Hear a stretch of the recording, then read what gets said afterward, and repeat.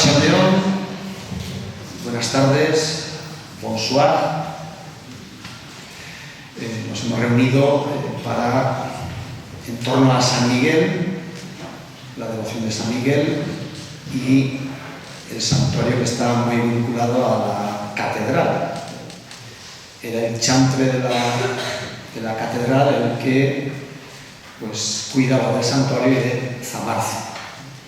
Y siempre ha existido esta vinculación. Cuando la consagración románica de la catedral estuvo San Miguel, y San Miguel siempre ha sido un referente. Y queremos que no solo desde el sentimiento, sino también desde la razón, es decir, conocer, profundizar qué significa San Miguel para nosotros. Y por eso hay gente que sabe, gracias a Dios, mucho más que nosotros. Y le doy la palabra a don Ricardo para que... Muy buenas tardes.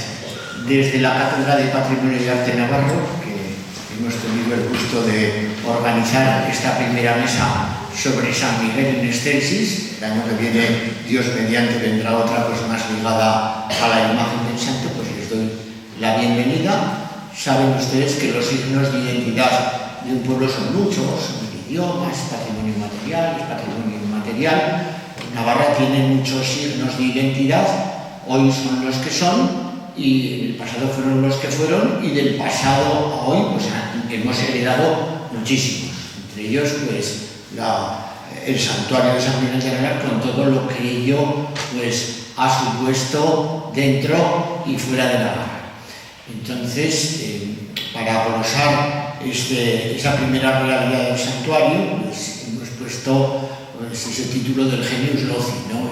La idiosincrasia del lugar, los santuarios de San Miguel de Aralar. Para eso le cederé ahora la palabra a la persona que va a moderar la mesa, que es la profesora Julia Pavón, catedrática de Historia del Arte de la Universidad de Navarra, y entraremos en uno de esos signos de identidad.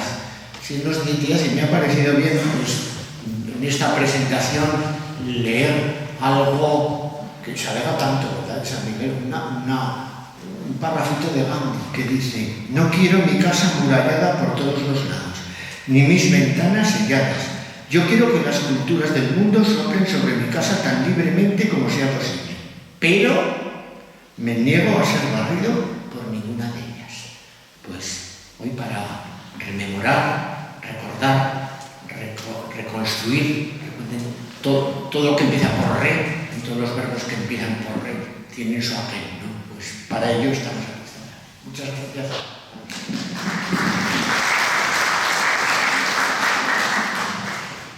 Buenas tardes, muchísimas gracias por esta acogida en la Cátedra de Arte y Patrimonio de la Universidad de Navarra de esta actividad que arranca en este año de 2025 y que esperamos que continúe en un ciclo de 3 sesiones en el otoño del 26 y en el otoño del 27. Una actividad que también ha venido de la mano del impulso y de la ilusión por parte del Santuario de San Miguel de Aralar para, y me encanta lo del Ricardo, resignificar, también resignificar este culto, estas tradiciones, este arte que está muy en la raíz y en el humus de la cultura y de la civilización occidental. Para esta tarde habíamos pensado una sesión en formato mesa redonda, es decir, con la participación de distintos especialistas o que aporten desde su conocimiento y desde su larga tradición de estudio puntos de vista, elementos y cuestiones vinculados a la devocionalidad de San Miguel, y intervendrán 2 profesores que voy a presentar en breve y harán una breve intervención de media hora cada uno, con la idea de que luego haya un debate, haya preguntas y se abra un turno para tratar de desbrozar todas esas cosas que seguro cada uno de los 2 se va a dejar en el tintero, porque los ejercicios de síntesis siempre son difíciles. Entonces me acompañan en la mesa el profesor Patrick Henriet de la Universidad de París 4, ¿no? Y ahora del Centro de Altos Estudios en Francia, y Luis Javier Fortún, académico correspondiente de la Real Academia de la Historia y doctor y conocido en el ámbito académico y de la opinión pública y cultural en Navarra, que nos van a hablar al culto a San Miguel desde una perspectiva más europea y desde una perspectiva ya focalizada, porque siempre lo disciplinar hay que focalizarlo, las fuentes están para eso, que intervendrá en segundo lugar. Entonces, así como una breve introducción, tengo aquí un perfil curricular. Bueno, entrar a todos los detalles podría dar a otra media hora y no al caso. Entonces, Patrick Henriet es maître de conférence, o sea, profesor en la Universidad de París 4 Sorbona y luego catedrático de Historia Medieval en Burdeos, y desde 2011 es director de estudios o director de études, catedrático en la Escuela Práctica de Altos Estudios de París, donde realiza semanalmente un seminario vinculado a la geografía latina, que es como tu núcleo principal de investigación. A lo largo de su larga trayectoria ha trabajado, aparte de la geografía latina medieval, especialmente hispana, pues el monaquismo en la plena Edad Media, pre-plena Edad Media, siglo XII, la historia medieval del ascetismo, la historia de las herejías en los siglos XI-XIII, y actualmente, según nos comentó ayer en la cena, está volviendo al tema del culto a Santiago y el estudio del Liber Sancti Jacobi, y entre otras cosas también preparas un libro sobre el catarismo. De entre sus muchos artículos, libros, etcétera, etcétera, vamos a destacar en francés, ¿no? Los voy a traducir al castellano, la palabra y la predicación en la Edad Media, la palabra eficaz en la geografía monástica de los siglos XI y XII, Valerio del Bierzo, escritos autobiográficos y visiones del más allá. También ha dirigido, ¿no?, y participado en la Geográfica Hispania Regnorum Aragonum y Castilla y León en los siglos IX-XIII, también una obra sobre Pedro Damián y sus exempla, también un trabajo sobre Iglesia, Sociedad y Poder en la Cristiandad Latina, muy recientemente publicado, 2023, y luego otros trabajos vinculados a geografía, etcétera, etcétera, etcétera. Bueno, muchas gracias por venir desde París y te cedo la palabra. Muchas gracias, profesora Pavón y Julia. Y pues antes de empezar quería decir que realmente estoy muy feliz de estar aquí. Es un honor y que además me habéis acogido tan bien que me siento casi en casa. Ahora mi castellano es lo que es, se ha oxidado un poco, pero espero que se puede entender y evidentemente voy a hablar en castellano. Entonces el título es Praepositus Paradisi, el culto de San Miguel en el mundo latino hasta el siglo XIII. Entre 1261 y 1266, en su famosa Leyenda Dorada, Jacobo de Voragine dedica el día 29 de septiembre, le dedica un capítulo a San Miguel. Y comienza, voy a partir de ese capítulo de Jacobo de Voragine y luego vamos a ir por atrás. Comienza Jacobo recordando que el significado de Miguel en hebreo es quien como Dios, quis sicut Deus. Esta era una etimología muy difundida en la Edad Media, ya que aparece ya en San Jerónimo. Así, Miguel es, de acuerdo con lo que escribe, por ejemplo, Gregorio Magno en una homilia, el que hace lo que solo Dios puede hacer. Y la lista de sus hazañas, según Jacobo de Voragine, es impresionante. Según él, aparecerá al final de los tiempos para estar al lado de los elegidos y protegerlos. Ha luchado contra el dragón y los malos ángeles, los ángeles malos, arrojándolos del cielo. Ha disputado el cuerpo de Moisés con el diablo. Recibe las almas de los santos. Ha sido príncipe de la sinagoga, entendamos el patrón de Israel, como se dice en Daniel 12:1. Ha enviado las plagas sobre Egipto.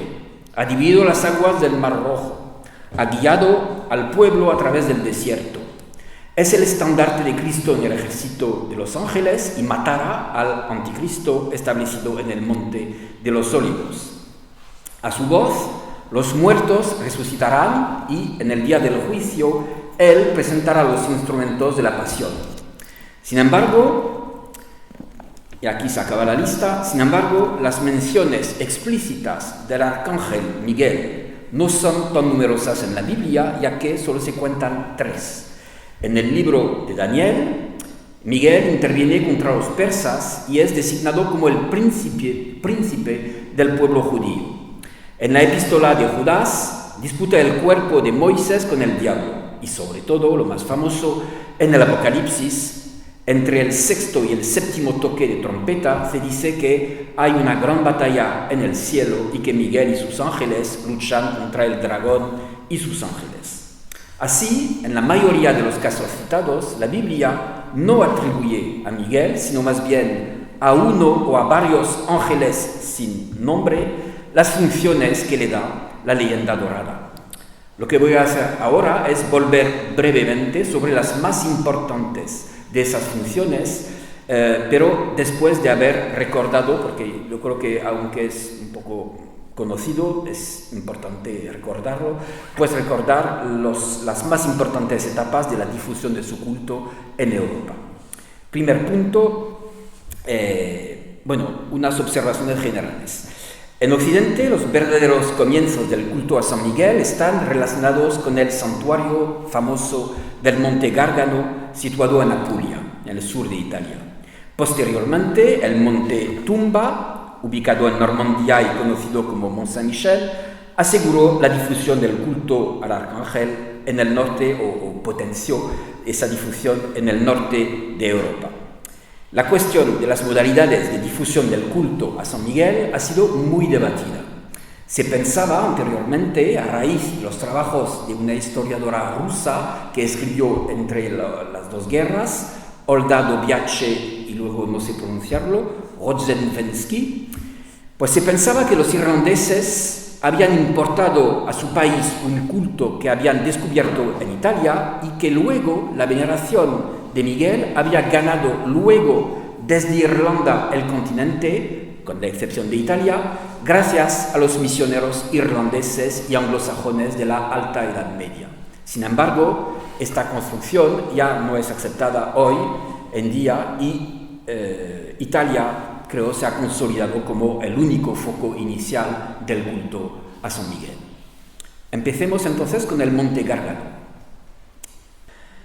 La iglesia del Monte Gargano es por lo tanto el primer centro de culto a San Miguel en Occidente.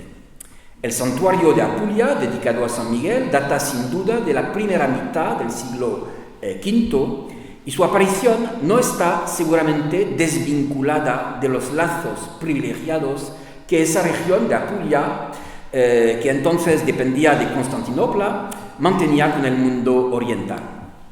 La leyenda posterior, que relatará su fundación algunos siglos después, retomará, de hecho, varios elementos de un culto que había a San Miguel en Oriente, en un sitio llamado Conae.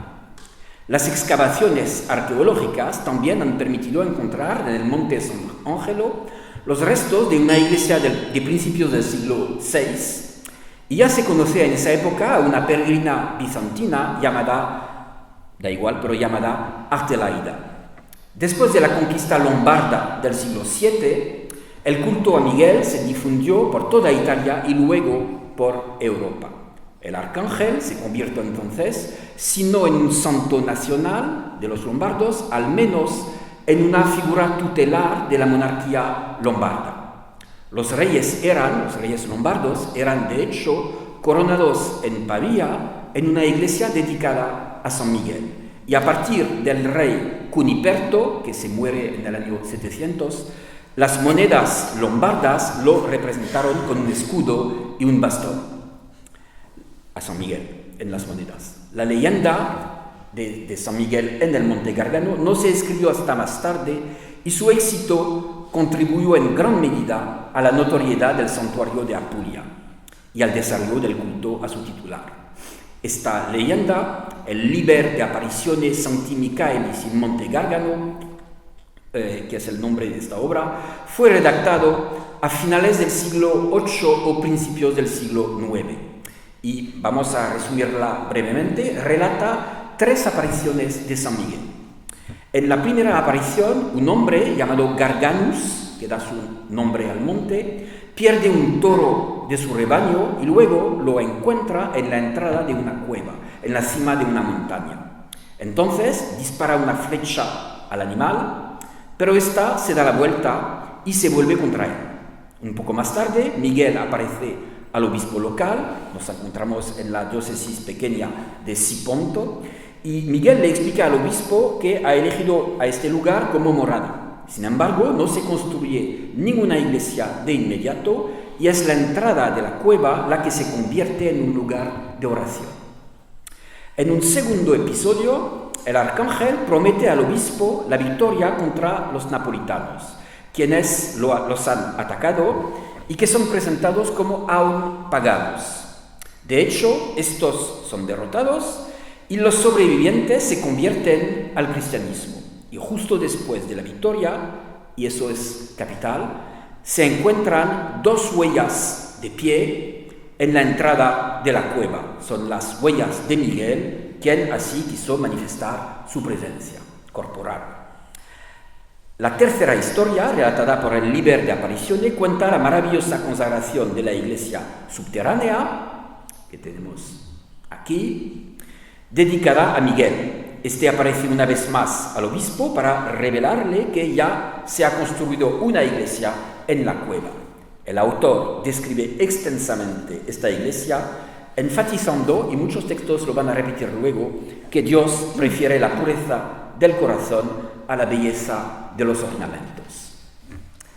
En el momento en el que se escribió el Liber de Apariciones, la iglesia troglodita ya se había convertido en un importante lugar de peregrinación y se conservan cientos de inscripciones grabadas en la roca, de las cuales media docena están escritas en runas anglosajonas, esa escritura germánica que utilizaban también los anglosajones y que se pueden fechar de los siglos 8-10. Desde la antigüedad tardía, la influencia del santuario del Monte Gárgano favoreció el desarrollo del culto a San Miguel. Numerosas iglesias establecidas en cuevas naturales mostraron no solo una tendencia a la imitación, sino incluso una voluntad de mimetismo. Así se conocen varias en el sur de Italia, pero también más al norte, en Francia, en Alemania, también en España, por ejemplo con San Miguel del Fay en Cataluña. Algunos lugares, en particular en Francia, llevaron incluso el nombre de Monte Gárgano. Entre las iglesias más famosas de la Alta Edad Media se debe mencionar la que fue fundada en Roma antes de 625 sobre el mausoleo de Adriano. Esta será el castillo de Sant'Angelo, que una leyenda posterior vinculará a una aparición del arcángel al Papa Gregorio Magno, otra aparición. Sin embargo, entre los santuarios inspirados en el Monte Gárgano, es de lejos el Mont Saint-Michel en Normandía el que tuvo el éxito más importante. Sabemos que desde el siglo VI o VII existían dos oratorios en lo que se llamaba antes el Monte Tumba. Inicialmente había canónigos establecidos en el lugar, pero a finales del siglo X, 965 o 66, el duque de Normandía, Ricardo I, los reemplazó por monjes y así comenzó un gran monasterio benedictino dotado de un importante escritorio. La iglesia era entonces de dimensión modestas, no es esta, pero fue reconstruida en el siglo XI, a finales, con el apoyo de los duques de Normandía y finalizada en 1085. El Mont Saint-Michel, que era un lugar de peregrinación importante desde el siglo IX, se convirtió entonces en uno de los grandes monasterios del mundo occidental.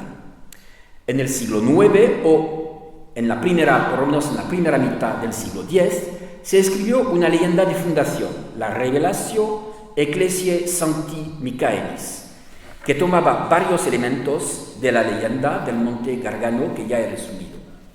En el prólogo, el autor anónimo explica que después de aparecer en Apulia para iluminar al oriente, el arcángel eligió manifestarse también a los pueblos de Occidente. Un pasaje excepcional describe ampliamente el lugar que eligió. Y el geógrafo explica cómo este lugar, situado en altura sobre la arena y en medio de las aguas, solo es adecuado para aquellos que se han dedicado a Dios, dice. Y precisa que el mar es particularmente abundante en peces y relata que el movimiento de las mareas permite a los peatones llegar a pie al monasterio 2 veces al día. Y aquí se ve cuando se retira el mar y sabéis que todavía se puede llegar a pie en el Mont Saint-Michel, pero no a cualquier hora, claro. El autor relata luego la aparición de Miguel en 704 al obispo local, que es el obispo de Avranches y que se llama Hautpère o Hautpertus. El prelado es entonces encargado de construir una iglesia. Una piedra, nos dice el geógrafo, aún lleva la huella de lo que parece ser la impresión de su dedo en la piedra, un poco como las pisadas de Miguel se habían impreso en la roca en el Monte Gárgano. El lugar donde se edifica el nuevo santuario se fija según la ubicación de un toro que había sido atado en este lugar, otra referencia evidente al Monte Gargano. A continuación, el relato confirma aún más esta dependencia. San Miguel le pide a Hautperto que vaya a buscar reliquias al Monte Gargano y él trae de Apulia un trozo de roca y un pedazo del tejido del altar del Monte Gargano. El Mont Saint-Michel afirma, sin embargo, su perfecta independencia respecto al santuario italiano, ya que la fiesta del Arcángel se celebrará el 16 de octubre, mientras que había una fiesta de Miguel, Gabriel y Rafael, los 3 arcángeles, que se celebraba el 29 de septiembre, y la fiesta del Monte Gargano se había fijado para el 8 de mayo. Otra fecha, entonces. Luego hay un tercer santuario dedicado a San Miguel, pero voy a ir muy brevemente porque el tiempo es corto. Tercer santuario que ha intentado adquirir una fama comparable a la de los 2 lugares de peregrinación cuyos orígenes acabo de resumir. Este tercer santuario, evidentemente, es la Sacra di San Michele en Piamonte, cerca de Turín, con una construcción empezada a finales del siglo X. Aquí también tenemos una leyenda de fundación escrita entre 1058 y 1061 que explica cómo el arcángel eligió 3 lugares privilegiados en Occidente: el Monte Gargano, el Mont Saint-Michel y que según él se encuentra exactamente a mitad de camino entre el Mont Saint-Michel y el Monte Gargano. La Sacra di San Michele se convirtió en una etapa privilegiada en la ruta a Roma, pero no adquirió una notoriedad realmente comparable a la del Monte Gargano o a la del Mont Saint-Michel. Segundo punto, ahora pues para hablar un poco de las funciones que se atribuyen, o el papel que se atribuye a San Miguel, la idea de un santo de funciones múltiples y especialmente guerrero y psicopompo. En el 12º capítulo del Apocalipsis, como lo sabéis todos, está escrito: y hubo un combate en el cielo, Miguel y sus ángeles combatieron contra el dragón y el dragón combatió, él y sus ángeles, y no prevaleció y no quedó lugar para ellos en el cielo, y fue precipitado el gran dragón, la serpiente antigua, el llamado diablo, y Satanás, el que engaña al mundo entero, fue precipitado a la tierra y sus ángeles fueron precipitados con él. Por lo tanto, Miguel siempre ha sido percibido como un santo guerrero o un santo victorioso.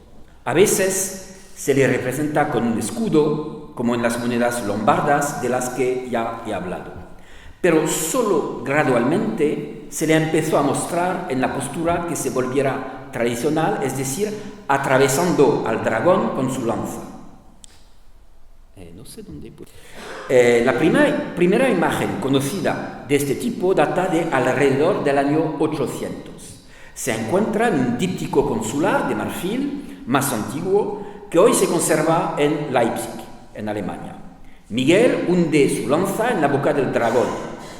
Es posible que el motivo de San Miguel y el dragón haya aparecido primero en Apulia, antes de esa imagen. Quizá porque tenemos un texto que habla de una imago angeli que el peregrino Bernardo vio en la iglesia del Monte Gargano en los años 860, pero esa imagen ha desaparecido y la mención es demasiado poco precisa para que se puedan sacar conclusiones concretas. Sin embargo, no hay duda sobre otro fresco que ha desaparecido, pero anterior al año 770, un fresco que se encontraba en Monte Cassino, es decir, un poco más al norte del Monte Gargano, en el ábside de una iglesia dedicada a San Miguel. Porque hemos perdido la imagen, pero hemos conservado una copia del título de la leyenda, que dice, traduciéndolo al castellano, él ha añadido este templo dedicado al gran Miguel, que ha rechazado en el cielo al dragón ensangrentado. La representación del arcángel victorioso sobre la bestia inmunda se convirtió posteriormente en la norma y se encuentra, como todo el mundo lo sabe, tanto en frescos de iglesias como en orfebrería y en manuscritos, e incluido también en los comentarios iluminados del Apocalipsis. Pero San Miguel era victorioso sobre el dragón y representado con una indumentaria militar. Entonces Miguel empezó también a aparecer en numerosas batallas y puede considerarse en ese sentido como uno de los principales santos militares de la Edad Media, junto con San Roque y Santiago. En el libro de Daniel ya se le presentaba como, ya lo he dicho, como el protector del pueblo hebreo, y autores como Orígenes en la antigüedad habían ya reemplazado al pueblo judío por el pueblo cristiano. Y hay una larga lista, pero entre las batallas en las que aparece Miguel pueden citarse por lo menos dos muy importantes: la de Lechfeld en 955, cuando Otón I, rey de Germania, de los sajones, vence a los húngaros, o la victoria de Madia en 1087, cuando los pisanos vencen a los musulmanes. Sin embargo, si San Miguel era un santo guerrero, también estaba vinculado a la muerte y al juicio final. A menudo se le ha llamado psicopompo porque estaba encargado de transferir las almas al más allá. Este tema es antiguo, pero solo se desarrolla tardíamente en la iconografía. Desde el siglo V tenemos testimonios del vínculo que se estableció cada vez más entre San Miguel y los lugares de sepultura, cementerios, capillas funerarias, etc. El arcángel también comienza a aparecer al lado de los moribundos en la geografía para llevarse su alma, como por ejemplo en un relato de Gregorio de Tours sobre una monja de Poitiers. Diversas oraciones compuestas durante la Alta Edad Media insisten en su papel en el momento de la muerte. Aquí hay una bonita, de las más antiguas, presente en el libro de CERN, no sé cómo se dirá eso en castellano, el Book of CERN, un famoso libro de oraciones anglosajón del siglo IX. Aquí va la oración: te imploro y te ruego, San Miguel Arcángel, que has recibido el poder de acoger las almas, ten la bondad de acoger mi alma cuando, habiendo dejado el cuerpo, pueda pasar por las puertas del infierno y los caminos de las tinieblas, para que el león o el dragón, que tiene la costumbre de recibir las almas en el infierno y de conducirlas a los tormentos eternos, no se apodere de mí. En la Revelación, el texto del que he hablado, que relata los orígenes del Mont Saint-Michel, el arcángel se califica como paradisi prepositus, que he dado el nombre a esa conferencia con esa expresión de paradisi prepositus, una expresión que he utilizado entonces ya. Miguel está a cargo del paraíso, es el praepositus. Esa expresión se encuentra en diferentes textos litúrgicos el 8 de mayo, día de la fiesta del Monte Gargano. Pero en términos generales es principalmente en los círculos monásticos donde durante muchos siglos se encuentra esta asociación entre San Miguel, la muerte y el más allá. Y solo en los últimos siglos de la Edad Media, San Miguel se convertiría en una especie de santo psicopompo para todos los cristianos. Asimismo, el tema iconográfico de la balanza utilizada para pesar las almas durante el juicio final aparece solo tardíamente. Originalmente era Cristo quien a veces se representaba con una balanza, como en un salterio carolingio, el salterio de Stuttgart. En Capadocia, actual Turquía, a principios del siglo X aparecen las primeras representaciones conocidas de ángeles, no especialmente San Miguel, pero no lo dice, pero de ángeles encargados de pesar las almas. Y en Occidente ese tema aparece gradualmente. Para empezar, que sepamos, en Irlanda, en el siglo X, en la cruz llamada, una de las principales cruces de ese tipo en Irlanda, la cruz de Muiredach. Luego en algunos manuscritos anglosajones de principios del XI y del XII, y finalmente en el arte románico, especialmente en el tímpano aquí tenéis un detalle de la cruz irlandesa con la balanza, y luego en el tímpano de la catedral de San Lázaro de Autun, en Borgoña. Sin embargo, este famoso motivo iconográfico no se convirtió en la norma hasta el siglo XIII. Se ha planteado incluso la hipótesis de que la multiplicación de las representaciones de San Roque con el dragón, luchando contra el dragón, puede haber favorecido las imágenes de San Miguel encargado de pesar las almas, un poco como una repartición de las tareas, ¿no? Por lo tanto, San Miguel era un santo, pero voy a poner comillas, multifuncional. Por varias razones se le puede considerar como un santo, pero un santo muy particular. Y va a ser el tercer punto que voy a tratar brevemente, la idea de un santo muy particular. Para empezar, la transformación de un ángel en santo no era nada evidente, ya que los santos son normalmente seres humanos fallecidos, mientras que los ángeles nunca han sido hombres y nunca han muerto. El culto a los ángeles, de hecho, no era algo obvio y se conocen al respecto tanto en la antigüedad como durante la Alta Edad Media, especialmente en la época carolingia, se conocen una serie de advertencias al culto de los ángeles. Por otra parte, durante mucho tiempo, aunque existía un culto a San Miguel, este quizá se representaba más, por lo menos en el arte, como una alegoría de la victoria del bien sobre el mal que como un verdadero santo propiamente dicho. Se ha propuesto ver en una miniatura del año 1000, más o menos, que es esta, la primera representación de Miguel como santo. Tenemos aquí uno de los primeros códices que fue compuesto e iluminado en el Mont Saint-Michel. Y un tal Gelduinus, no he puesto el nombre, pero Gelduinus ofrece el libro, que es un libro de las recogniciones de un pseudo Clemente de Alejandría, ofrece el libro a San Miguel. Este último hunde su lanza en la boca de un personaje diabólico, que es el diablo, o quizá la herejía, pero que no es exactamente un dragón, pero no se conocía aún ninguna escena de dedicación de ese tipo con San Miguel. Miguel, por lo menos es la teoría de un historiador alemán, Miguel se convierte así en la persona a la que se puede dedicar una obra porque protege un monasterio que lleva su nombre. Se ha convertido en cierto modo, aunque se puede también discutir eso, pero se puede decir que se ha convertido en cierto modo en un santo entre otros. Pero incluso así, Miguel seguía siendo muy especial. No podía tener ni vita, ni pasio, a diferencia no solo de los verdaderos santos, pero también a diferencia de la Virgen y de Cristo. De ahí la composición de textos que, como hemos visto, he resumido varios de ellos, textos que relatan sus apariciones, es decir, la aparición de San Miguel es el único momento en el que puede estar en contacto con los seres humanos.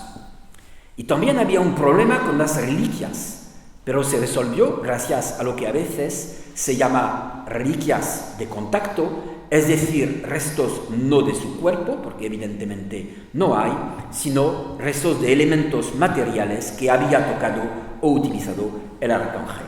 y a partir del monte Gárgano, por todas partes en Occidente, se conservaban trozos de roca del monte Gárgano como reliquias. Y no solo en el monte San Michel, por todas partes.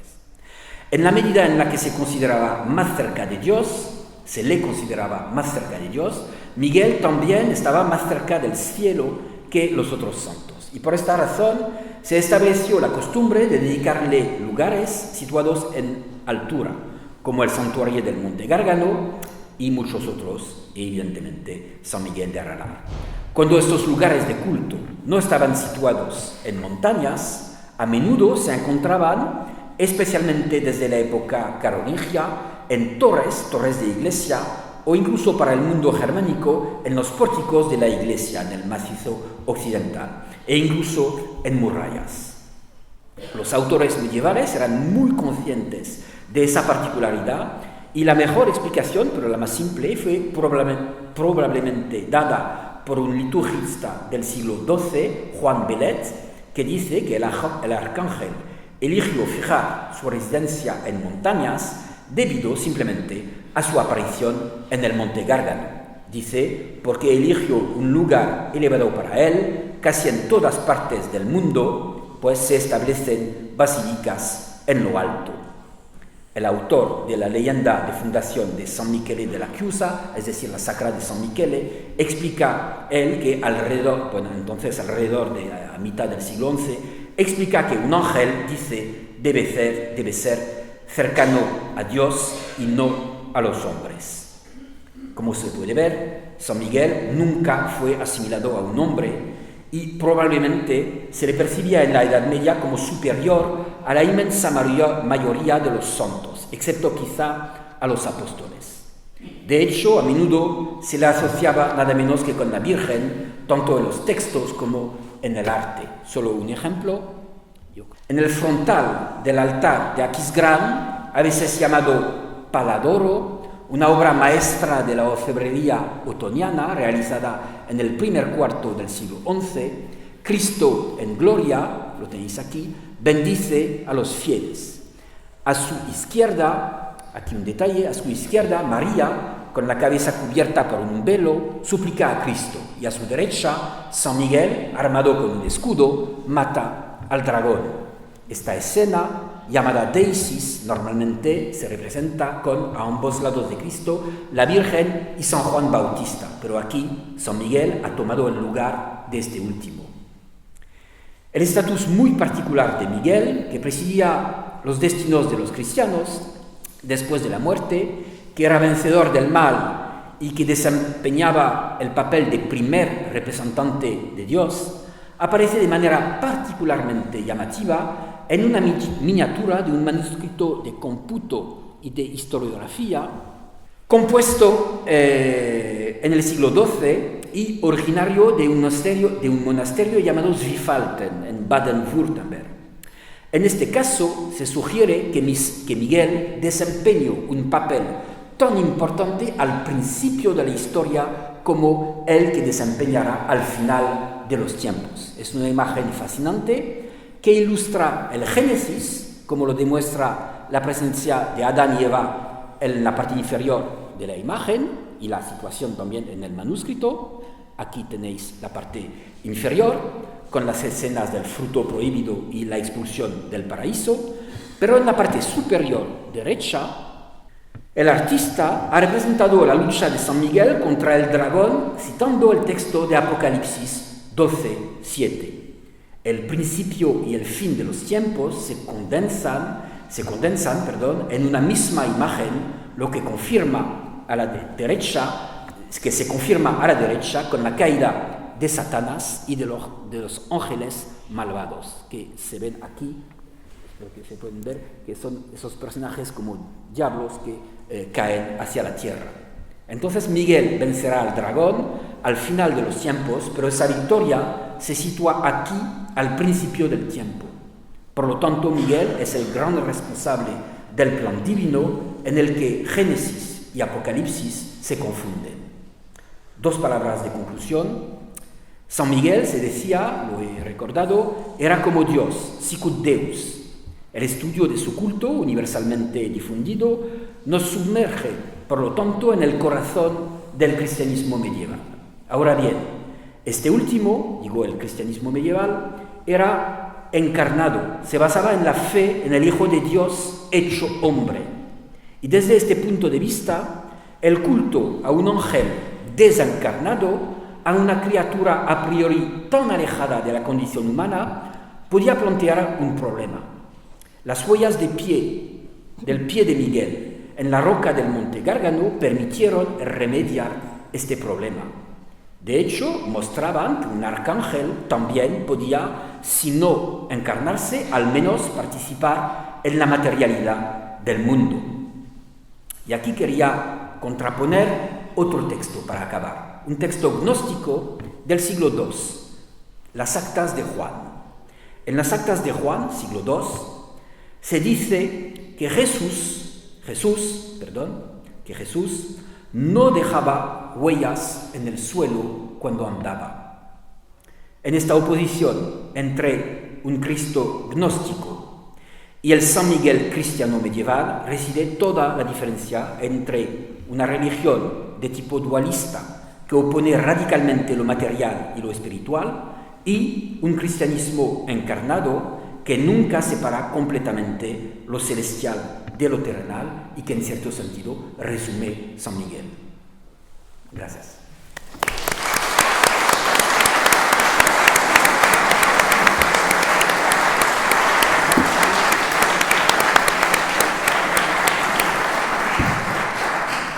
Muchísimas gracias, Patrick. Creo que se va a suscitar alguna pregunta y alguna curiosidad con respecto a este culto en el que nos has ilustrado en tu intervención.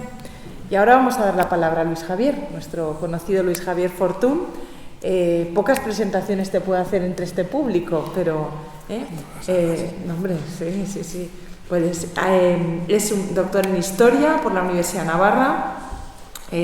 Se cuentan los premios que ha tenido por unos cuantos: extraordinario de licenciatura, de doctorado, Premio Nacional Fin de Carrera, y en su tesis doctoral, bien conocida, sobre el señorío monástico de San Salvador de Leyde desde sus orígenes hasta la desamortización, publicada en el año 1993, pues ha dado pie a que de un paso de conocimiento profundo en la historia de Navarra y que luego ha extendido a través de una actividad profesional como archivero del Parlamento y también, pues como persona erudita del ámbito histórico navarro. Entonces, ha publicado en multiplicidad de espacios académicos y de muchos temas, sobre todo yo creo que vinculado a la historia alto medieval de Navarra, aunque también vinculada a su devocionalidad, con, por ejemplo, San Francisco Javier, y a cuestiones sobre ascetismo, cister, diócesis navarras,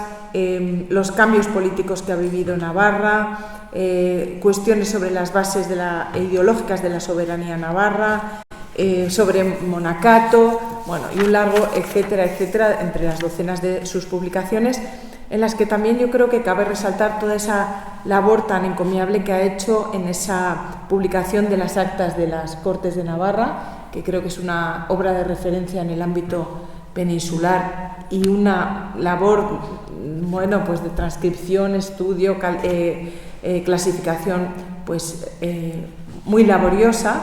Y luego también, pues ha colaborado en proyectos nacionales e internacionales vinculado con José Ángel García de Cortázar en ese catálogo de colecciones diplomáticas, que es una obra de referencia. Y luego, pues en la ciudad ha estado en el Consejo Navarro de Cultura a nivel navarro, vicepresidente del Ateneo Navarro, miembro del Convento Científico de la Semana de Estudios Medievales de Estella y también tuvo una etapa entre el año 90 y 93 de presidente de la Sociedad de Estudios Históricos de Navarra. Entonces aquí lo dejo porque si no te voy a quitar la palabra y ahora lo que conviene es escucharte a ti. Muchas gracias, Luis Javier. Muchas gracias por estas amables palabras de presentación y muchas gracias también al profesor Henriet porque me ha liberado de acometer algo que yo quería hacer con carácter introductorio. Es decir, pienso como historiador que cuando uno se refiere a un fenómeno o a un sitio particular tiene que enmarcarlo siempre en un contexto general. La disertación del profesor Henriet, pues evidentemente me exime de esa necesidad, puesto que ha quedado muy claro cuál ha sido el origen y el devenir del culto a San Miguel en la Alta Edad Media, que sería el primer punto que yo quería tratar con carácter introductorio. Después de esto, yo quiero referirme a otros 4 puntos y me parece necesario decirlo para que así tengamos una idea clara de cuáles son mis pretensiones y también para que ustedes puedan juzgar hasta qué punto cumplo esos objetivos que me he trazado. En primer lugar, quiero hablar de 2 santuarios micaélicos en altura en Navarra, Aralar e Izaga. Bien, es verdad que con una diferente carga de información en uno y otro, mucho más acusada en Aralar, mucho más estudiada en Aralar, mucho menor en Izaga. Después diré algo sobre el culto a San Fermín en el resto de Navarra. En cuarto lugar, abordaré la relación de San Miguel con la Reconquista navarra y en último lugar plantearé la cuestión del patronato de San Miguel en el reino. Bien, hemos visto la presencia de San Miguel en Italia, en Francia, en Alemania, etc. Y ha quedado muy claro también la misión de San Miguel como sustitutivo cristiano o para cristianizar cultos o dioses paganos en alturas, como Mercurio, Hermes, Wotan, etc. Bien, la presencia en España de San Miguel pues es un tanto controvertida en la Alta Edad Media porque figura en todos los calendarios de la Iglesia mozárabe visigoda el 29 de septiembre como en el resto de Europa. Pero no hay testimonios escritos en el siglo VIII, a pesar de lo cual Caro Baroja hace hincapié en su carácter de protector de los cristianos que desde los núcleos septentrionales de la península iniciaron el fenómeno de reconquista del resto de la península. Bien, en todos los núcleos cristianos de España surgirán templos dedicados a San Miguel de Lidio en Asturias, Escalada en León, Cuixá en el Rosellón, Fay en Barcelona, San Miguel de Pedroso en Castilla con su controvertida fundación o acta fundacional del 759, que puede discutirse mucho, pero lo que sí es cierto es que está presente en todos los núcleos cristianos del norte de España. ¿Y qué ocurre en Navarra? Pues hasta ahora la síntesis que tenemos más global de esa presencia de San Miguel en Navarra se la debemos al profesor Jimeno Aranguren, para el cual la devoción a San Miguel se enmarcaría en un tercer momento de cristianización, es decir, primero vendría la cristianización de las ciudades, después la de las llanuras rurales y en una tercera etapa la de las alturas, y esa estaría protagonizada o dirigida por San Miguel. Son los monasterios micaélicos en altura los que suponen un triunfo frente a esas prácticas paganas residuales, y esos triunfos se atestiguan sobre todo en la construcción de Aralar en el siglo IX, pero se plantea también la posibilidad de que ese templo prerrománico estuviera precedido por otro del siglo VIII. Bien, es verdad que estos templos en altura, dice, no son los únicos, hay otros que no suponen esa continuidad pagano-cristiana ni están en grandes alturas, sino en pequeñas elevaciones como Villatuerto.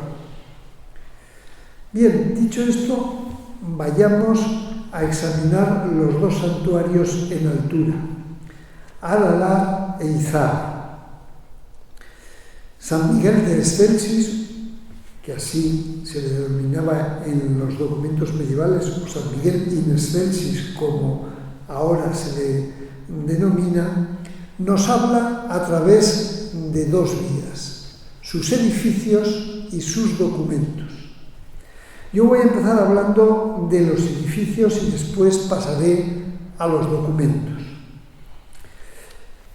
No soy especialista en historia del arte, aquí hay algunos queridos amigos y compañeros que me podrían dar lecciones sobre los edificios de San Miguel de Al-Alá, pero como historiador, bueno, yo voy a intentar trazar tres brochazos. Todo el mundo habla de tres etapas en las construcciones de la iglesia de San Miguel de Al-Alá. Y quizás, a pesar de que ha habido muchos tratadistas, pues todo se resume en un antes y un después del profesor Íñiguez Almech, quien realizó la restauración de la iglesia de San Miguel entre 1969 y 1973, si no recuerdo mal. Para él hay tres etapas. Hay un primer edificio del siglo IX de influencia carolingia que se puede percibir a base de una serie de restos. El basamento de los ábsides y del primer tramo, pues es un basamento especial de sillarejo que tiene unas connotaciones para él claramente carolingias. Las ventanas de los ábsides fueron ventanas de herradura, aunque han sido raspadas. La nave única estaba acompañada por dos edículos, dos habitaciones cuadradas laterales, de las cuales luego se generan los ábsides laterales, y estaba acompañada esa nave central por un pórtico en el que había una capilla en altura. Por lo menos esta hipótesis exigiría una reforma dentro de esa etapa carolingia para pasar de los edículos laterales a los ábsides laterales. Todo el mundo maneja el plano que hizo Íñiguez, pero lo que no sabemos es cómo se hizo la excavación, porque no fue una excavación hecha por un arqueólogo, sino por un arquitecto. Ni tampoco he tenido conocimiento de una memoria de la excavación. Además, este templo exigiría un incendio para pasar a la siguiente etapa, incendio que Íñiguez palpó en los restos internos de los muros, cuestión que hoy no podemos examinar. Bien, una segunda etapa de San Miguel, después de ese incendio, correspondería al siglo XI y representaría el grueso de la iglesia actual, con tres naves. Entonces también se haría buena parte del alzado de los muros perimetrales. Tendrían las naves unas bóvedas de cañón sin fajones y se habría mantenido la capilla carolingia en altura. Se piensa, Íñiguez pensó, que podía haber sido iniciado por Sancho el Mayor y cifraba la consagración en 1074 en función de un documento.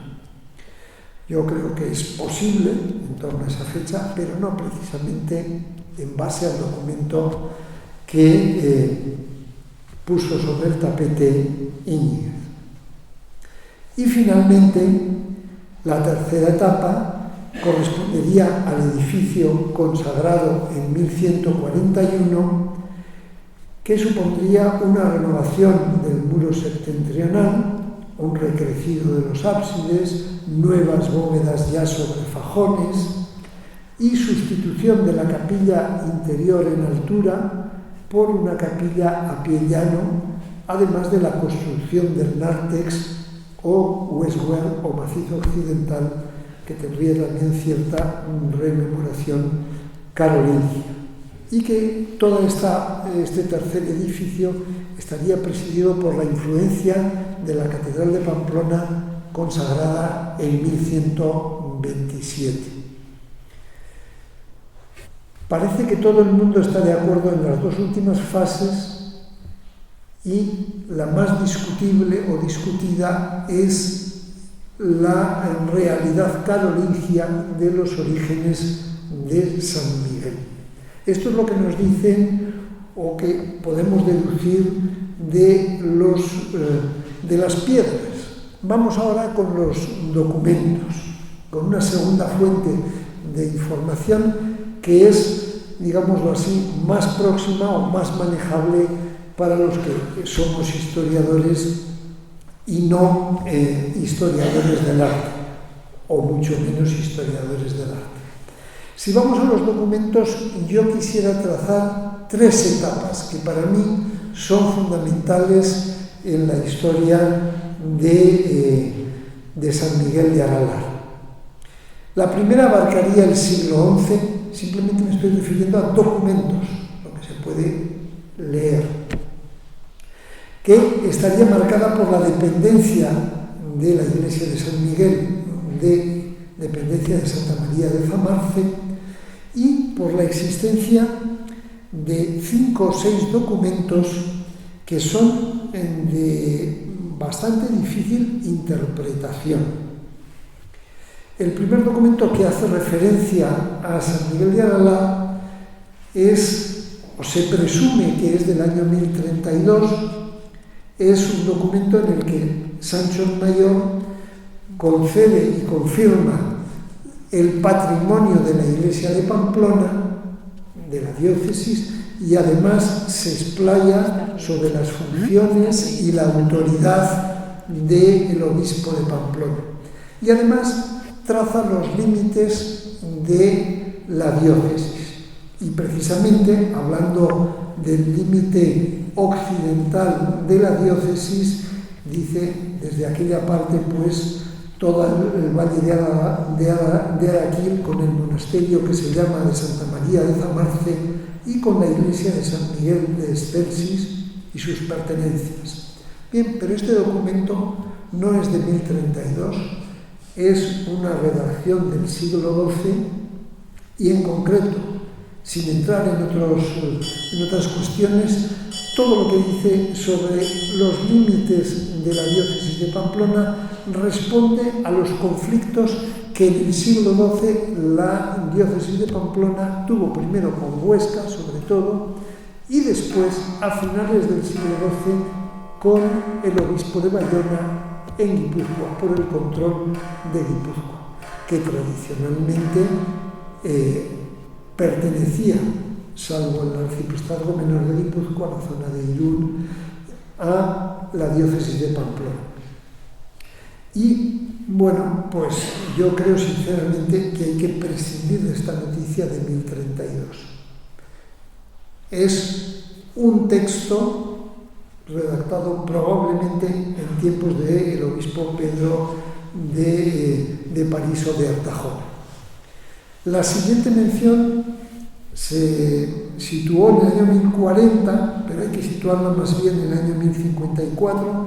Es una donación de un particular,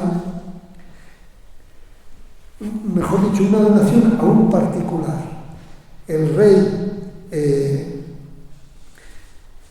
García Sánchez III dona el monasterio de San Martín de Aguinarte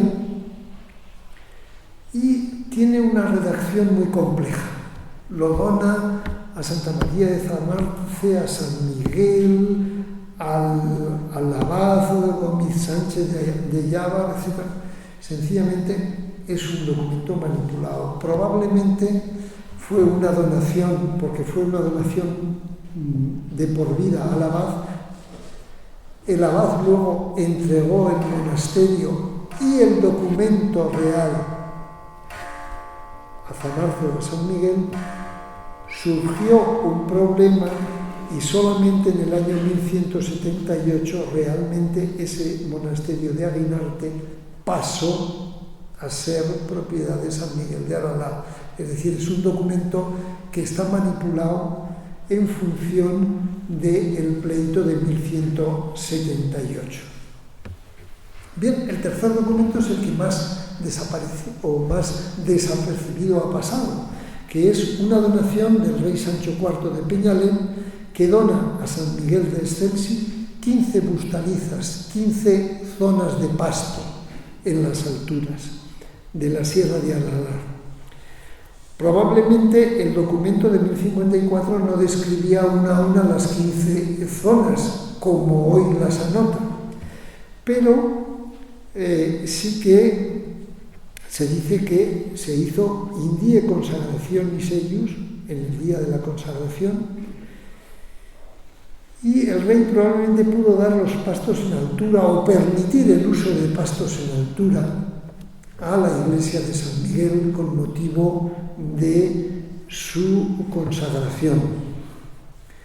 Es decir, hay que tener en cuenta una cosa, y es que toda la Sierra de Aralar siempre ha sido patrimonio de la corona. Y en el siglo XIX pasó a ser patrimonio del Estado cuando la reina Isabel II cedió todos los bienes del patrimonio de la corona al Estado, como Urbasa, y con todos los problemas que Urbasa y Aralar han tenido entre los congozantes de los pueblos y todos los navarros con el patrimonio del Estado y la corona hasta su cesión hace 40 años, con carácter total. Pero ya digo, este documento, que es muy cortito y que probablemente está trufado, recoge el hecho más cierto del siglo XI, el permiso para que la Iglesia pudiera explotar zonas de pastizal en su propio beneficio, es decir, arrendándolas.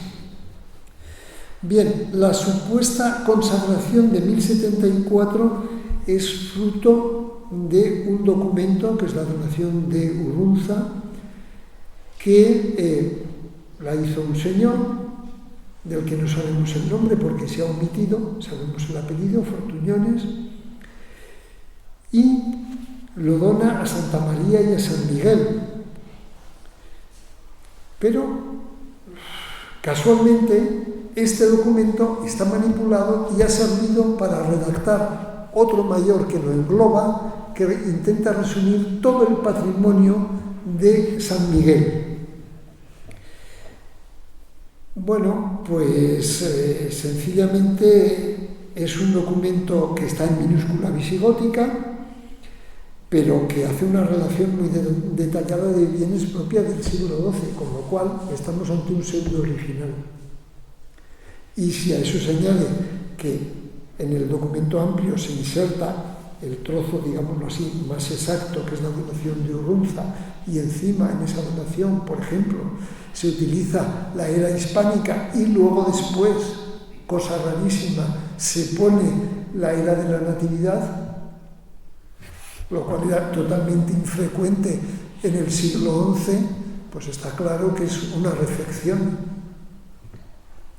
Ahora bien, la fecha de 1074, bueno, también, por ejemplo, hay errores, se pasan palabras que tienen que ir en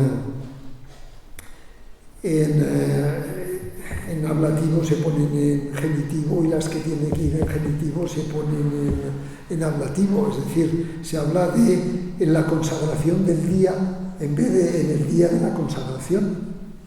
Es decir, que esos detalles, cuantos más detalles de errores lingüísticos hay, menos fiabilidad tiene un documento, con independencia de que el latín se vaya deteriorando con el paso del tiempo. Bien, y el último documento importante que habla de San Miguel de Aralar es el que se ha fechado en 1087, pero hay que fechar en 1092, que es la confirmación de las posesiones de la Catedral de Pamplona por el rey Sancho Ramírez, donde se habla del monasterio de Zamarza cum sua ecclesia Santo Michaelis. Aunque antes se habla también de las villas de San Miguel Excelsis. Es decir, esa duplicidad también induce a pensar que no estamos en un original, sino que es un pseudo original que se hizo para la elaboración del libro redondo de la catedral. Bien, vamos con la segunda etapa. La segunda etapa es la etapa del auge de San Miguel de Aralar. Ocupa aproximadamente el primer medio siglo XII, es decir, aproximadamente del año 1096 al año 1150, y ese auge de San Miguel de Aralar, San Miguel de Excelsis, está promovido por la realeza y secundado inmediatamente por la alta nobleza.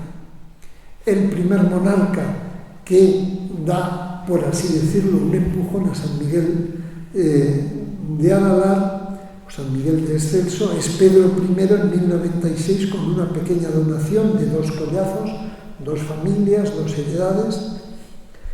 En 1103 le dará toda una villa de Arlindoy, y eso hace que al año siguiente otra noble de la comarca de Pamplona, Sancha Sánchez de Mutilva, regale a San Miguel otras 2 villas, Irurmueta y Arazábal. Luego vienen otras donaciones.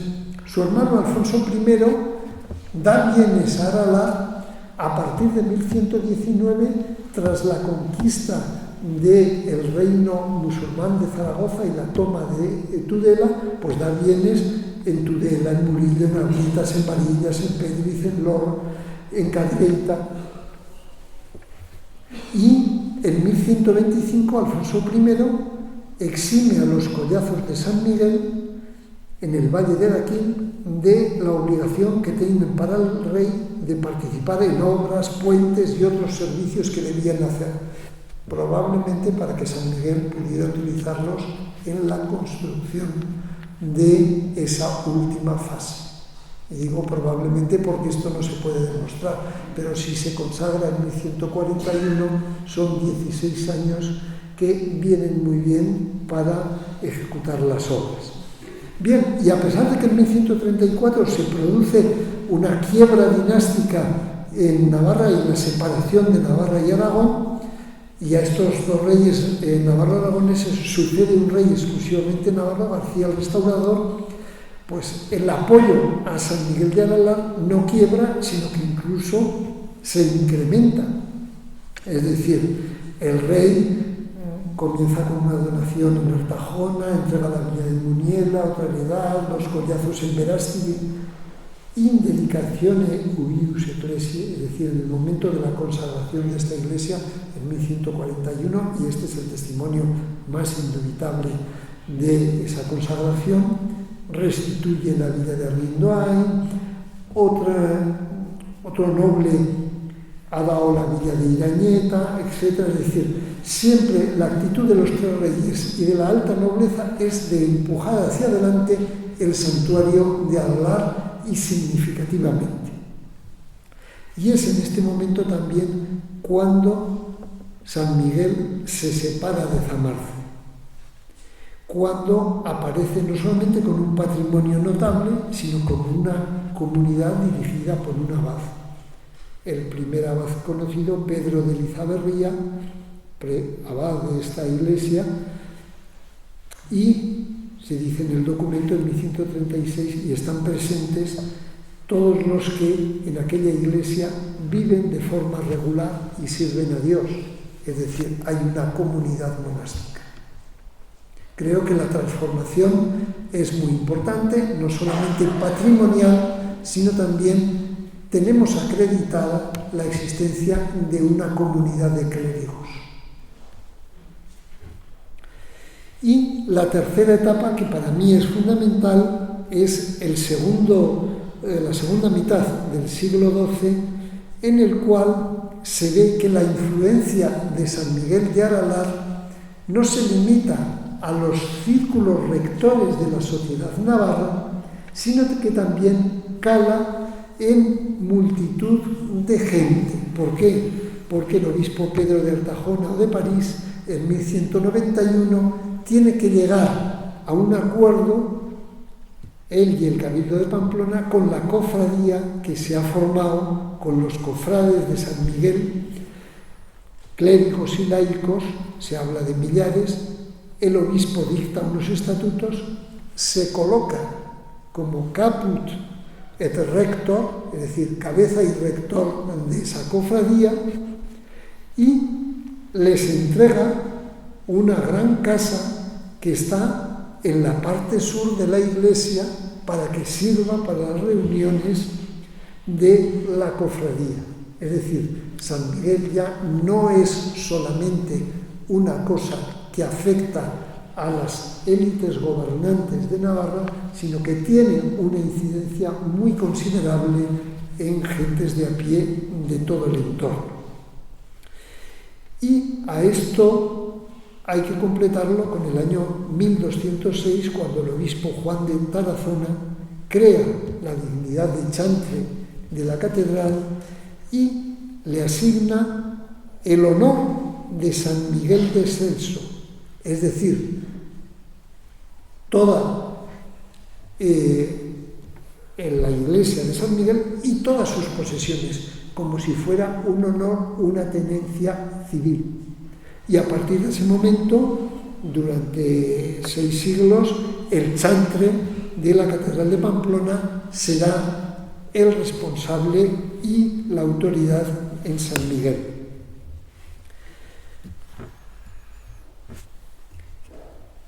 Bien, confrontando los documentos con los monumentos, para mí es claro que hubo o pudo haber una consagración o un edificio allá en torno a 1074 aproximadamente, favorecido por esa donación o esa reserva de pastos que pudo hacer que San Miguel acometiera una reforma considerable del templo anterior. Y hubo también, porque el documento de 1141 es muy claro, una consagración en 1141 a resultas de la expansión de las obras de la Catedral de Pamplona y del modelo de la Catedral de Pamplona, consagrada en 1127. Y vamos con el segundo monumento en altura en Navarra, San Miguel de Izaga. San Miguel de Izaga está no en la mitad occidental de Navarra, sino en la mitad oriental, en la zona media, en las cuencas prepirenaicas, y en 1087 aparece en la documentación del monasterio de Leire como una iglesia en el monte Iga, con su monasterio de San Miguel y su pertenencia. Era un monasterio propio, perteneciente a una viuda de la alta nobleza, doña Sancha Orión, viuda del señor Sancho Fortuñones, que lo dona a Leire. Pero es una donación controvertida, porque no solamente dona San Miguel de la Higa o San Miguel de Izaga, sino otros bienes. Y los nietos de esa mujer ponen en entredicho la donación. Una nieta, toda Jiménez de Lizaberría, en el 1094 reconoce la donación de Zabalza de Ibargoiti y todo lo que conlleva, etc. Pero en cambio otros 2 nietos discuten y se tiene que ir a un arbitraje del monarca, de Pedro I, y en ese arbitraje la iglesia que se llama de San Miguel Arcángel, que está en ese mismo monte Iga, con todas sus pertenencias pasa a Leire. Es decir, sabemos que San Miguel de Izaga, de forma indubitada desde 1097 y antes de forma discutida desde 1087, perteneció a Leire. Leire tuvo sus conflictos con el obispo. Un siglo más tarde, en 1178, Leire se quejaba de que Izaga estaba usurpado por el obispo, consiguió en un arbitraje que volviera a manos de los monjes y no solamente eso, consiguió incluso cobrar las cuartas episcopales a las que en principio tendría derecho el monasterio. Izaga es un monasterio pujante en el siglo XIII. ¿Por qué? Pues de los documentos pasamos a los monumentos. Se rehace totalmente la iglesia. La iglesia que hoy conocemos de San Miguel de Izaga es una iglesia con 3 naves, con arcos y bóvedas apuntadas, con pilares circulares que necesariamente son de influencia gótica de bien entrado el siglo XIII y, casualmente, con un ábside poligonal al exterior que es circular al interior y que también tiene cúpula gallonada, que es lo que Íñiguez destacaba de San Miguel. Yo no puedo entrar en más datos, pero ahí queda eso. Bien, tenemos estos 2 santuarios en altura. ¿Qué podemos decir del culto a San Miguel en el resto de Navarra? Bueno, pues yo he recurrido a un listado de advocaciones de iglesias, de parroquias que hace el obispo de Pamplona, Lorenzo Igual de Soria, en el año 1800, y luego lo he contrastado con datos de la tesis doctoral del profesor Jiménez Aranguren. Mezclando una cosa y otra, yo veo hasta 54 parroquias que en Navarra están bajo la advocación de San Miguel y que se sitúan de norte a sur por toda Navarra. Hay 2 en la vertiente cantábrica, es decir, al norte de la divisoria de aguas de Velate. Hay otras 2 en el Pirineo Oriental, a Barbea Alta y una desaparecida en Roncal, en Añoes. Al sur de la divisoria de aguas, es decir, de Velate para abajo, en lo que ya es cuenca del Ebro, pues en lo que es la vertiente meridional de esa divisoria, pues hay nada menos que 12 parroquias, pero con una distribución muy desigual. 10 en la mitad occidental, en el oeste de Navarra, de Larga hacia el oeste, y 2 en la oriental, y además muy próximos a esa mitad, en Estelíbar. Pero hay 3 en Larraun, 2 en Basaburúa, 1 en Ulzama, 2 en Imón, en fin. Y no nos tenemos que olvidar de 2 en la Barranca, o la Zagutía y Turmendi. ¿Qué ocurre en las cuencas prepirenaicas que forman el corazón de Navarra? Pues vuelve a ocurrir la misma disimetría. En la mitad occidental, es decir, en eso que llamamos la cuenca de Pamplona, hay 12 parroquias dedicadas a San Miguel, mientras que en la cuenca oriental hay 4, en lo que es la cuenca de Lumbiera hoy.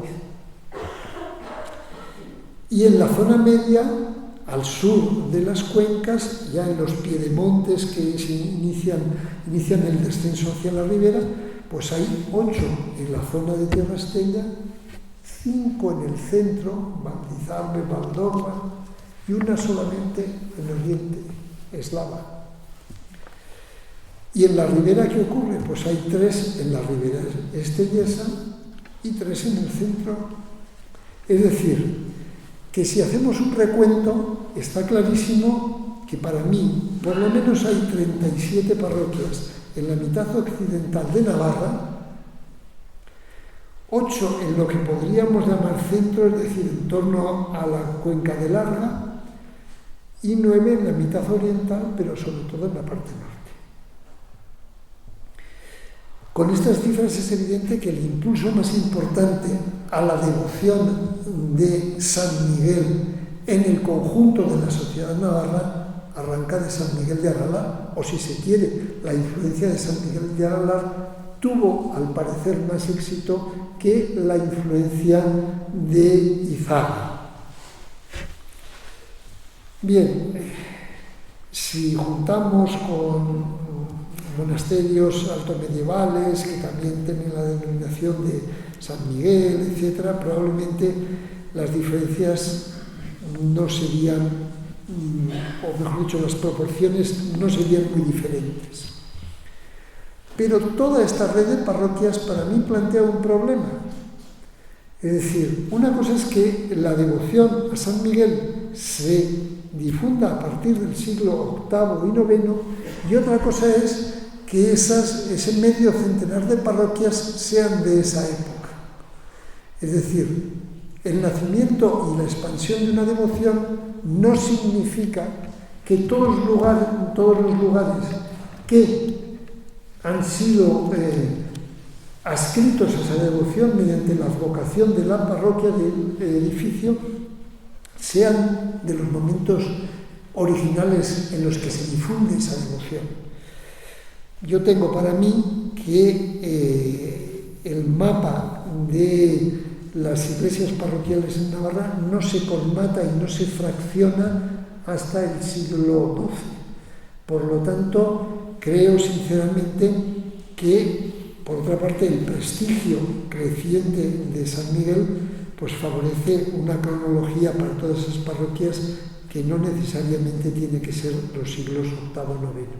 Y además hay que tener en cuenta que una cosa es construir una iglesia, otra cosa es dotarla de rentas para que pueda subsistir, o de diezmos, que son las dos opciones, y otra cosa es darle una advocación.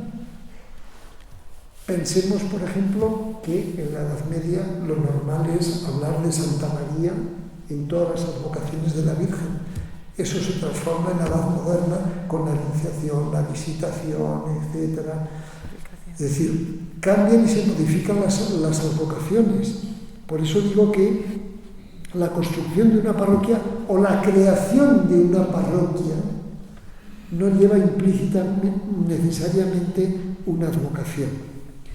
Bien, pero hay que tener en cuenta otro fenómeno que nos habla de la persistencia de la devoción y de la influencia de San Miguel en la vida cotidiana de la religiosidad navarra, que no son las parroquias, sino que son las ermitas, que necesariamente, salvo que sean el resultado de un despoblado, es decir, de un pueblo que ha desaparecido y su parroquia se convierte en una ermita, salvo que sea ese el caso, un pueblo no edifica una parroquia o una ermita si antes no tiene una iglesia.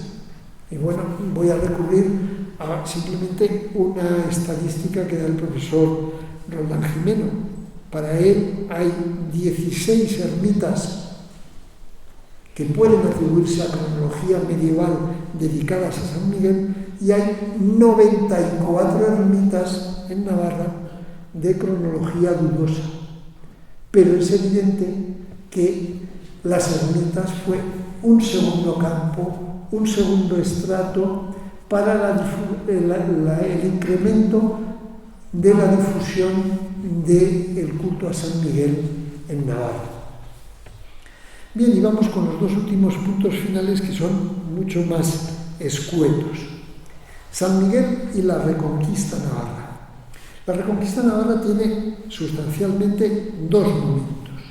El primer cuarto del siglo X, cuando Sancho Garcés I conquista lo que podríamos definir como la mitad inferior de Navarra, es decir, las cuencas de Lega, las cuencas bajas del Ega, del Arga, del Cidacos y del Aragón, entre el 907 y el 915, y con todos los problemas que hay, pues hasta el 920-25.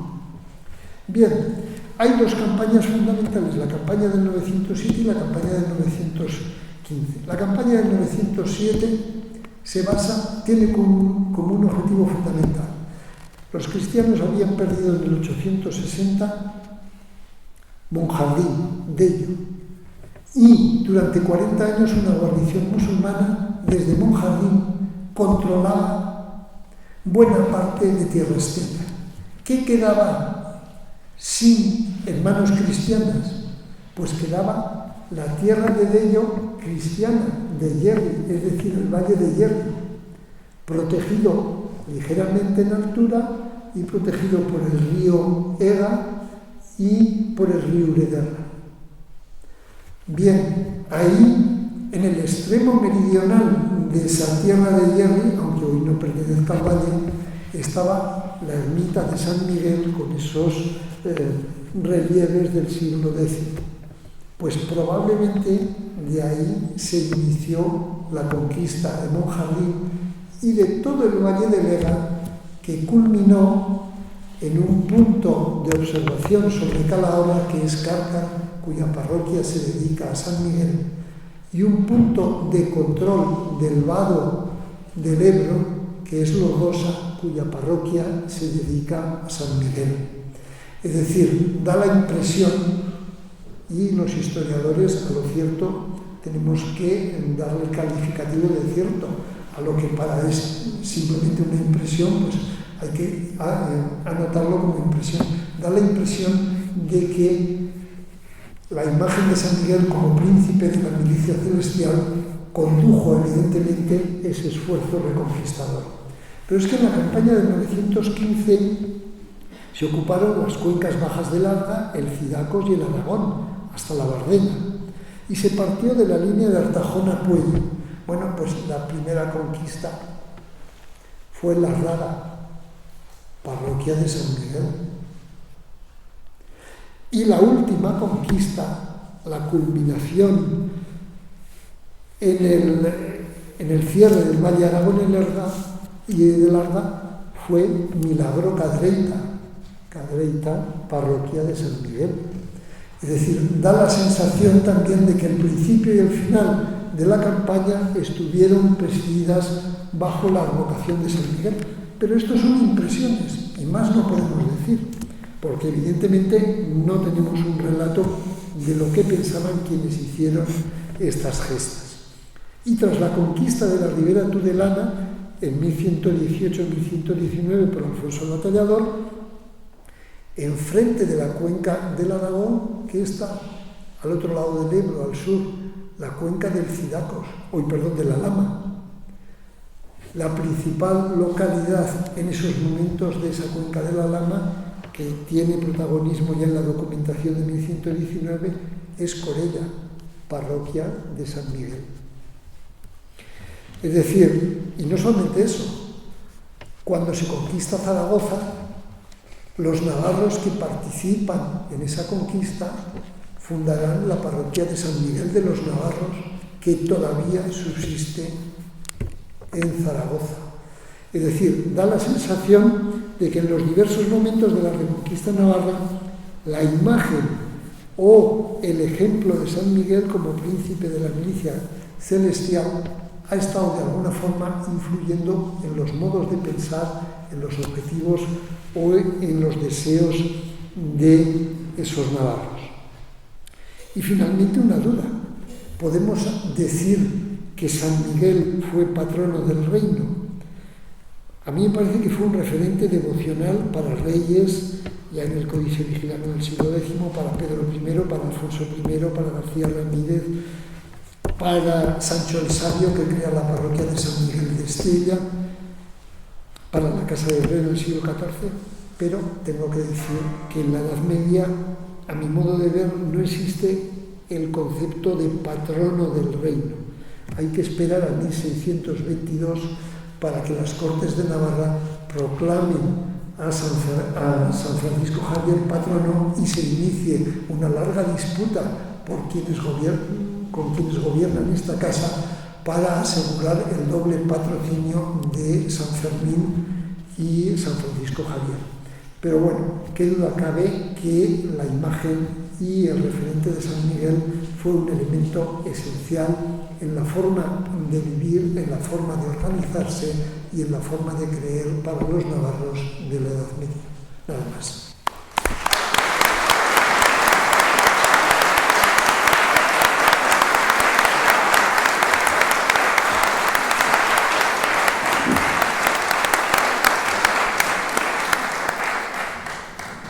Muchas gracias, Luis Javier, por esta disertación.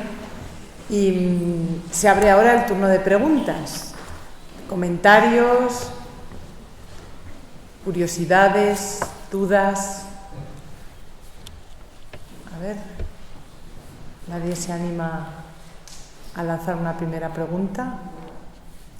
¿No? ¿Me la dejan a mí entonces? Bueno, pues yo le podría hacer la pregunta a ambos, ¿no? Tanto en el ámbito europeo como en el ámbito navarro se puede decir que en algún momento San Miguel, no solamente por que pueda haber involucrados poderes políticos o autoridades eclesiásticas, ¿hay alguna rivalidad en esa extensión de la advocación? Por ejemplo, en Navarra le sigue muy de cerca a otra, o en el ámbito europeo hay la extensión de otras devociones y en algún momento puede haber un choque que se escenifique materialmente en la rivalidad de la devocionalidad, o sea, de la advocación y la devocionalidad. Puede ser, ¿no? Porque, ¿no? Por lo que, por ejemplo, has ejemplificado tú en el caso navarro, parece que es absolutamente, bueno, sobre todo en una etapa concreta. No, pero no, San Miguel no es el santo que más advocaciones tiene en Navarra. Fuera de las personas de la Santísima Trinidad y de la Virgen, el santo que más advocaciones tiene es San Martín de Tours. Bien entendido que, contra lo que se dice, es un santo franco, pero es un santo visigodo. Es decir, cuando vive San Martín de Tours, vive en el reino de Toulouse de los visigodos, y probablemente la extensión de San Martín de Tours por Navarra no se deba a un influjo de la burguesía franca que viene a finales del siglo XI, sino que es muy anterior y responde a la devoción de la Iglesia mozárabe visigoda. Pero vamos, en Navarra hay más de 800 parroquias, hay campo para todo el mundo. Pero tiene cierta singularidad, ¿no? Esa identidad con la Reconquista de San Miguel, en ese momento concreto. En ese momento concreto, sí. Sí. No sé si tú... Yo solo añadiría que una cosa a la que he añadido en un momento cuando he hablado, valdría la pena hacer a nivel europeo una comparación o un estudio comparativo entre los cultos de San Miguel y San Roque, con lo del dragón. Y eso sería muy interesante. Y es posible que el culto de San Miguel, que puede ser en muchas partes anterior al de San Roque, haya evolucionado con la extensión del otro culto. Pero eso yo creo que no existe un estudio de fondo sobre eso, y valdría la pena. Sí que sería muy interesante. Sí.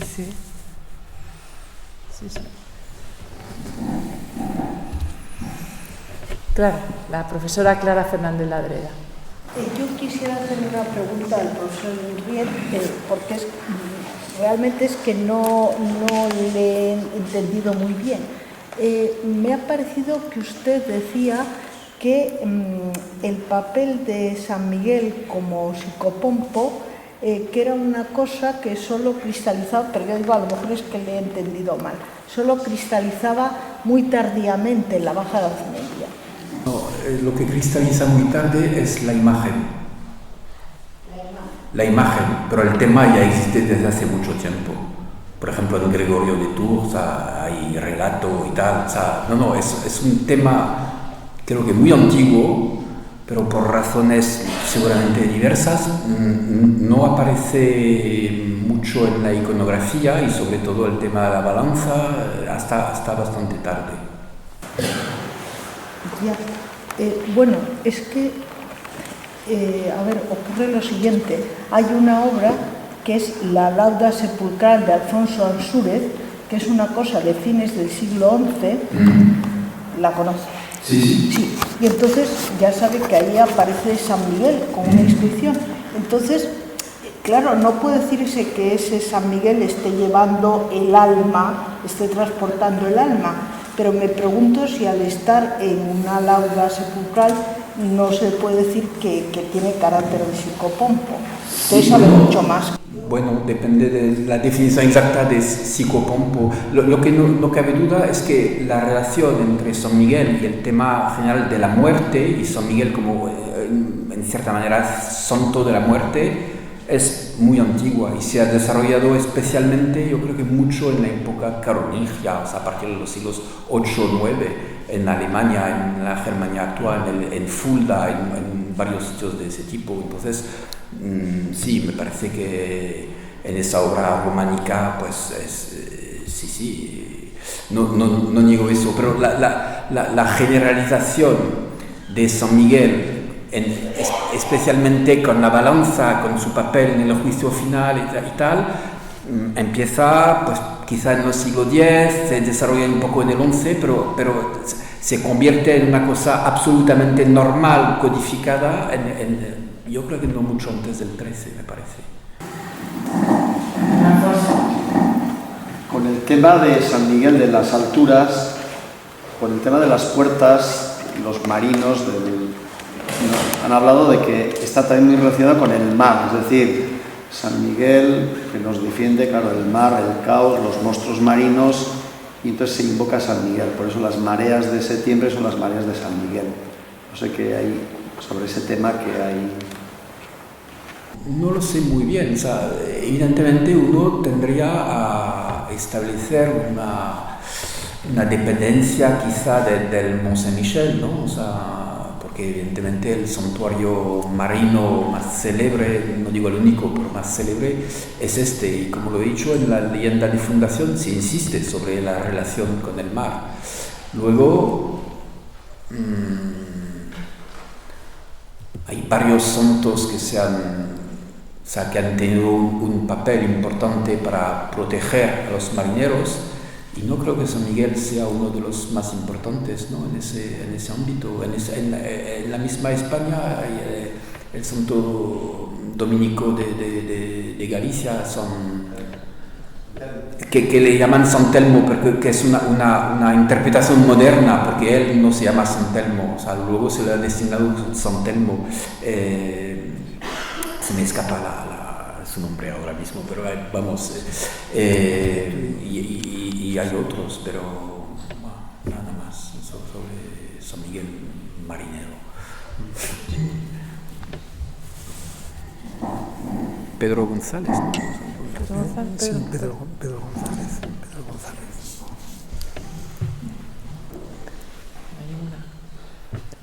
Solo una cuestión más.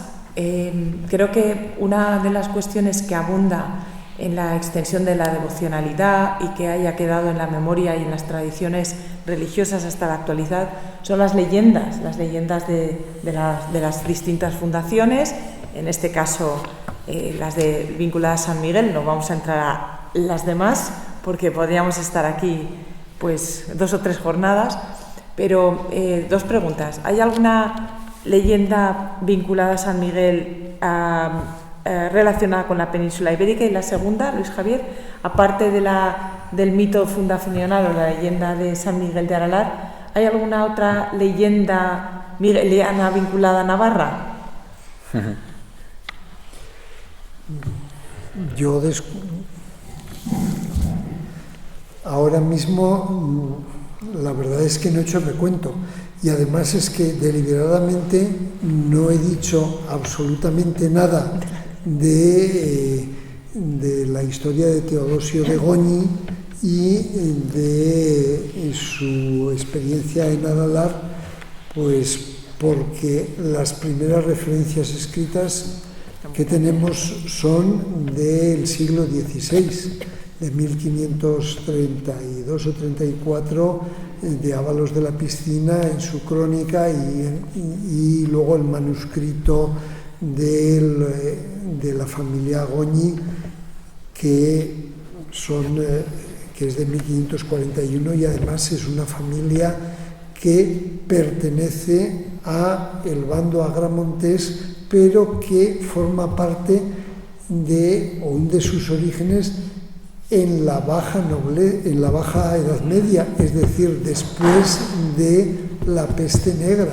es decir, alcanza su poder en los siglos XV y XVI. Con lo cual, bueno, pues yo, y como por otra parte no he estudiado en profundidad el asunto, pues no quiero pronunciarme. Lo cual no quiere decir que no sea imposible. Punto. Es decir, que yo solamente puedo decir que los dos testimonios escritos son de 1534 y 1541 y que a partir de ahí se difunde también, y esto, bueno, yo no lo he investigado, simplemente he leído el trabajo de Caro Baroja. No solamente hay que anotar en qué sitios se menciona, sino en qué sitios no se menciona. Y, por ejemplo, pues no la menciona el padre Moret en sus anales del Reino de Navarra, por poner un ejemplo. Es decir, que con independencia del buen estudio que hizo Caro Baroja, pues se puede hacer una cosa más amplia, pero no se me pida más de lo que ya se me ha pedido. No, sobre Navarra, evidentemente no tengo nada que añadir. No, las leyendas están, o sea, circulan. Y entonces, funcionan. Sí, y entonces una cosa que se puede preguntar también, para contestarte creo, es qué leyenda tiene más éxito y a partir de cuándo circula. Y a nivel de Occidente, pero también tiene relación con España. Yo creo que la que sin duda más éxito tiene es la del Monte Gárgano, ¿no? La leyenda del Monte Gárgano. Y si recuerdo bien, en la península ibérica empiezan, o sea, los primeros manuscritos que la transmiten son del 11, no antes. Pero curiosamente he apuntado unos elementos que me parece que se conocía antes en España. Pero por lo menos desde el 11 no hay duda. Ahora... Y la leyenda del Monte Gárgano se sigue representando, por ejemplo, en el siglo XVIII. Yo he pasado mi infancia yendo a misa en la parroquia de mi pueblo de Cárcar, dedicada a San Miguel, con un maravilloso retablo churrigueresco que conoce muy bien el profesor Ricardo Fernández, y hay un bajorrelieve en el que está representado el milagro del Monte Gárgano y está construido en 1727.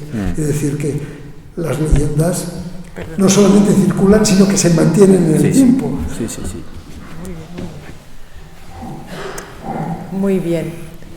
Pues damos ya por finalizada la mesa redonda, agradeciendo nuevamente al Cabildo de la Catedral su acogida esta tarde para celebrar aquí en la sacristía esta mesa redonda, a la Cátedra de Arte y Patrimonio por haber acogido esta iniciativa que ha venido de la mano del santuario. Muchas gracias, Ricardo, muchas gracias, don Alfonso, y las personas que estáis ahí detrás, ¿no? Lourdes, Guadalupe, etcétera, etcétera, los cofrades, amigos y, por supuesto, a los dos ponentes que nos habéis acompañado esta tarde, nos habéis ilustrado, a Patrick y a Luis Javier. Pues muchas gracias, buenas tardes.